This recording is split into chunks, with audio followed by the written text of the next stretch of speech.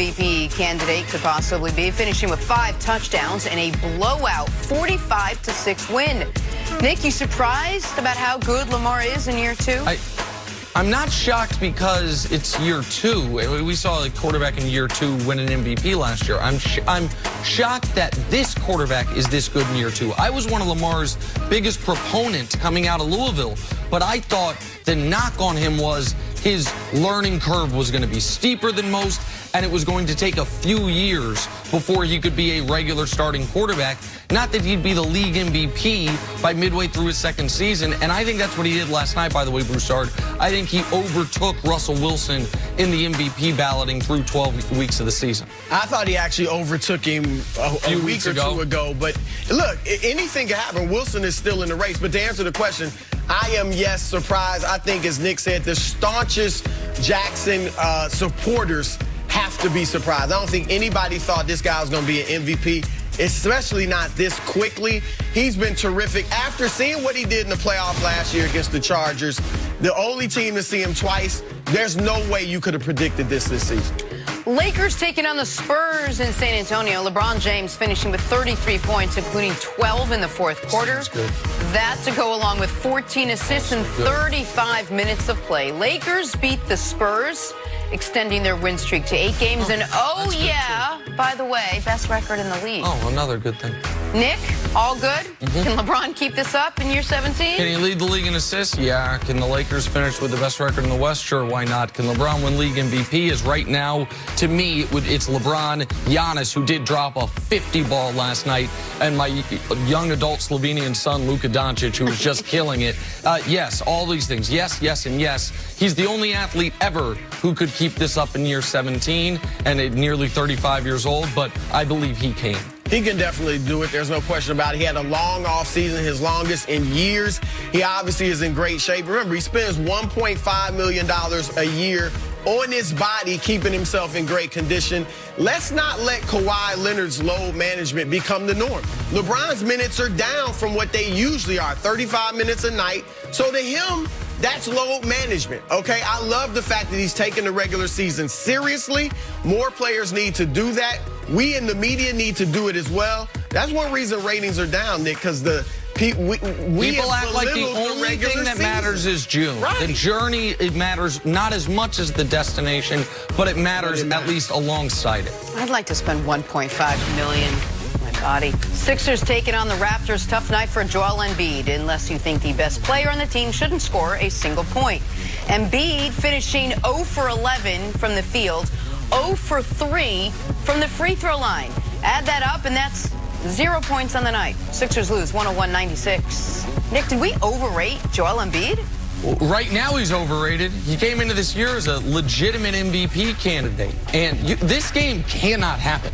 You can't. If you're a superstar in this league, you are supposed to once every 100 games fail to score double digits. You are never supposed to be held scoreless. Nobody of Embiid's caliber has ever had this type of game outside of their rookie season without a game where they got kicked out or got hurt. Not with these types of minutes, those field goal attempts.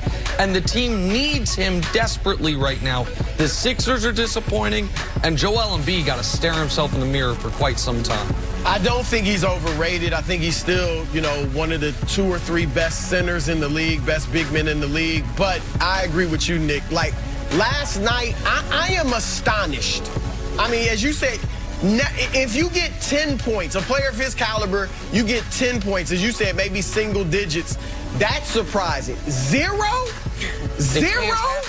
It cannot happen. One thing it tells me, and I know he shot 4 3-pointers, you were not down low enough. Because if you're down low, at least you're going to get fouled. Yep. And maybe you can hit a free throw or something. But that is astonishing. It speaks to this team's lack of maturity and focus. And those are the things that could keep them from reaching the final. Credit to the Raptors. They have given Embiid, LeBron, and Giannis, Embiid, LeBron, and Kawhi, their 3 worst games of the year. All right, on to the Dallas Cowboys now, where Jason Garrett has consistently been on the hot seat for 10 years running. Can't be comfortable. A recent report says the Cowboys aren't planning any immediate changes, and Jason Garrett is brushing off the criticism that's been pouring in, especially after Sunday's bad loss to the New England Patriots.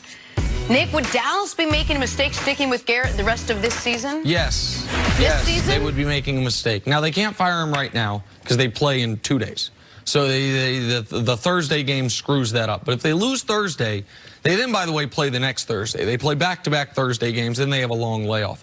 If they lose Thursday and they're like, well, let's see what he does the week after, and then against Chicago, and then we have 10 days, season could be lost. Because Philly, as bad as they've been, they got 2 left against the Giants. They play Washington, play Miami. Dallas is the most underachieving team by talent in the league this year. They looked great the first 3 weeks of the season. Bad team. Not only bad teams, horrible teams. Those 3 teams they beat those first 3 weeks, the Giants, Washington, and Miami, right now would have the 2nd, 3rd, and 4th picks of the draft. They are combined, they're all 2-9. So they're combined 6-27 on the year. Since then, they've had to play real teams. They've lost 5 of 8. What would the Cowboys be with an above-average coach? They've drafted incredibly well. Right. They have not yet had to pay their quarterback, so right now they're in that perfect window of all this talent. Dak, prior to this week, playing the best ball of his career, making $1 million or $2 million. And to be 6-5 is all about coaching. To not be able to win close games, to not be able to start games off well, to not understand time, score, situation, and the feel of the game, that is on Jason Garrett. Broussard, I'm convinced they're firing him after this year. And if you want to salvage this season, even though there's not a lot of stories of interim coach leads team on playoff run, I see no downside to moving on from him at the earliest possible date. Who's becoming the interim coach? Well, you have Rod Marinelli, who's been a coach before, and you have Chris Broussard, both on the defensive side of the ball. Broussard, people think, will be a coach one day, so you could either elevate him, leave Marinelli where he is, or elevate Marinelli and elevate Broussard into full-time defensive coordinator. Yeah, I agree with you that he's gone at the end of the year. I mean, I was thinking before the season started they had to reach the conference championship game. That's what I thought too. To save his job. Now you probably got to get to the Super Bowl because Jerry wants to fire him. And, I mean, the fact that this is the first time he's come out and publicly criticized the coaching. We know how close Garrett is to the family and all that. They love him. For him to come out and say the things he did after that game shows you how upset he is. So I do agree with you. It's a strange situation in that this guy is absolutely gone after the season, barring a miraculous playoff run. So why not do it now? But to your point, in the NBA, you see it every once in a while. In the NFL, I can't think of one off the top of my head where an interim coach led some great Cavs won run. a title. Right. They fired their coach midway through the year, and they won a title with Ty Lue. And they knew Ty Lue was their guy going forward. That's a little different.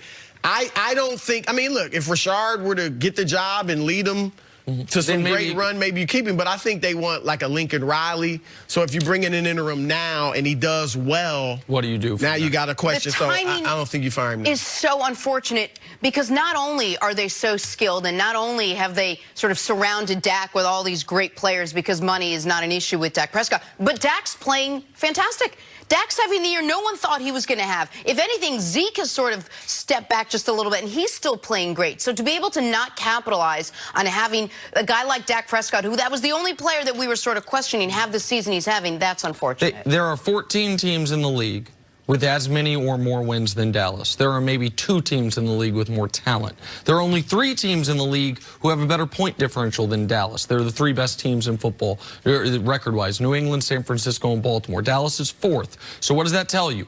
It tells you that they are blowing out the bad teams, aside from the Jets, and in close games against good teams, they cannot get a victory. And also, Jason Garrett yesterday did a radio interview that I found shocking.